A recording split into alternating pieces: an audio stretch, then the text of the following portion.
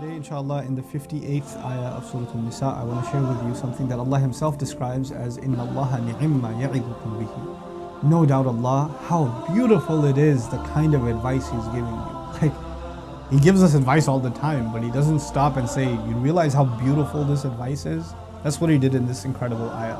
He actually stopped and praised the advice itself. So it must be something really, really special. Allah Azza wa Jal says, إن الله يأمركم أن تؤدوا الأمانات إلى أهلها وإذا حكمتم بين الناس أن تحكموا بالعدل. There are only two parts of the advice. He says, number one, no doubt about it, it is Allah in fact. He's the one that has commanded you that you give in full the trusts to those who deserve them. Fulfill trusts. You are entrusted with certain things.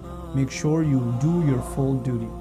This is the first great advice Allah says. Allah has certain rights over us.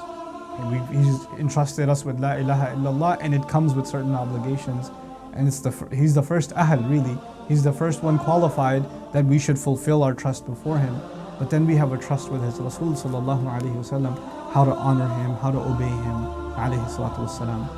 Then we have a trust beyond that with our family, our parents, our neighbors. These are all trusts. Now, Allah in this incredible, this summary of Islam is basically telling us that your life, the beautiful commandment that summarizes all of Islam altogether, is you give people what they deserve. You make sure you give people what they deserve, and no less. If you're an employer, give your employees no less than what they deserve. If you're an employee, give your employer no less than what he or she deserves. If you're a student, give your teacher what he deserves, what she deserves. If you're a teacher, give your students what he or she deserves. If you're an imam, give your congregation what they deserve. If you're a congregation, give the imam what they deserve. Everybody needs to get what they deserve. By the way, if you understand this comprehensively, this ayah, you live by it in pretty much every transaction in your life. You're driving on the street, before you cut someone off, you think, does this person deserve that? Before you cut cut in line, or grab somebody else's stuff, the courtesy we show each other at the airports. A lot of times, subhanAllah, people don't even live by this ayah when they park outside the masjid in Jumu'ah. If there are people who deserve the right of way, you just cut right in. No, I'm getting late. Well, he's not getting late. You shouldn't have come this late anyway. Then people park on other people's lawns, and even the non-Muslims have such a terrible impression of Muslims because we park in their spaces. These are people's rights. You can't just trample all over them. You have to give them their dues. Then the Rasul ﷺ tells us to look out for our neighbors. How many of us even know our neighbors? And that's a right they have over us. We don't even know them. We don't even know their names. We should know who they are. We should know how they're doing. We should be checking on them. We should be, when you make iftar, give some food to your neighbor. Say we're celebrating Eid, even if they're Hindu, they're atheist, they're Jewish, they're Christian, it doesn't matter. Give them and say we're celebrating, we want you to celebrate, you're our neighbor. Our Rasul taught us to take care of our neighbor, our messenger taught us to take care of our neighbor. If you need anything, let us know. SubhanAllah. How many Muslims are in fights with their neighbors? أَن تُؤَدُّوا الْأَمَانَاتِ إِلَىٰ أَهْلِهَا. You give those who deserve rights their full rights. SubhanAllah. If we could just live by this one piece of advice, the Muslim ummah would look different. Your life and my life would look different. Our families would look different. And the second bit of advice, وَإِذَا حَكَمْتُمْ بَيْنَ النَّاسِ أَن تَحْكُمُوا بِالْعَدْلِ. And when the time comes that you have to make decisions between two people, meaning there's a dispute and you're the judge. Now you're thinking, I'm not a judge. What am I going to sit in a judge's chair and judge between people? Allah is saying إِذَا, which actually means it's eventual. Between your parents there might be a fight, between your siblings there might be a fight, between your friends there might be a fight, between your classmates there might be a fight, co-workers there might be a quarrel. There will be some conflict and people will turn to you for what do you think? Whose side should you take? Allah says whenever that happens, you side with justice. أَن تَحْكُمُوا بِالْعَدْلِ, that you judge with fairness.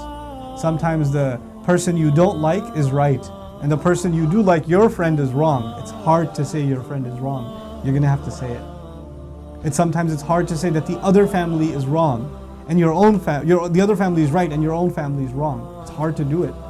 You have to do it sometimes.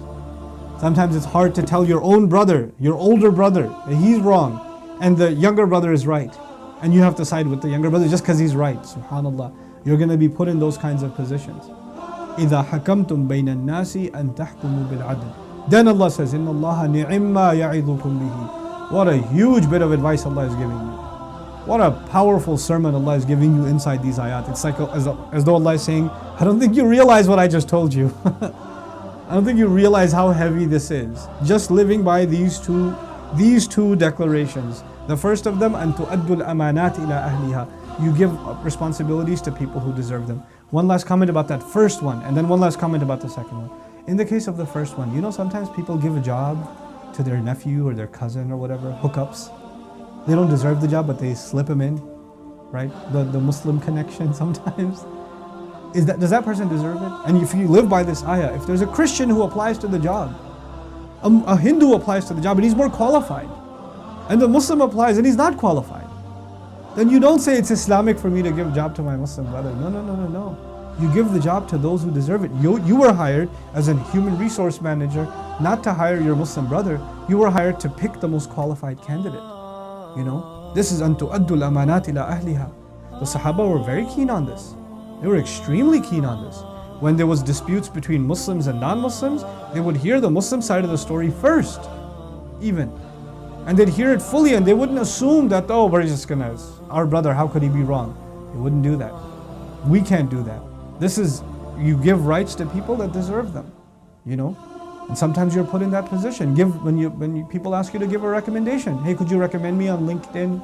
Could you put in a good word? I'm sending a resume. Can you sign my recommendation letter? Well, if you're not a good student, I can't sign your recommendation letter. If you didn't do decent work, I can't recommend you. But you're my Muslim brother. Yes, I am. Which is why I can't lie on your behalf. We have to be honest and give recommendations to those who deserve. And the opposite of that is also true. Sometimes we don't like other Muslims coming up, right? So as they are, opportunities open up for them and people say, hey, what do you think about this one for marriage? Well, he's a good guy, but yeah, I don't know. Nah. Like you just don't want good to happen to him. Not because you have a real reason, but you just don't want him to have some good that was coming his way, subhanAllah. Don't be like that either. May Allah Azza wa Jal help us live by this very, very powerful advice. And through living by this advice, may Allah change the face of the entire ummah. Barakallahu li wa lakum. Assalamu alaikum wa rahmatullahi wa barakatuh.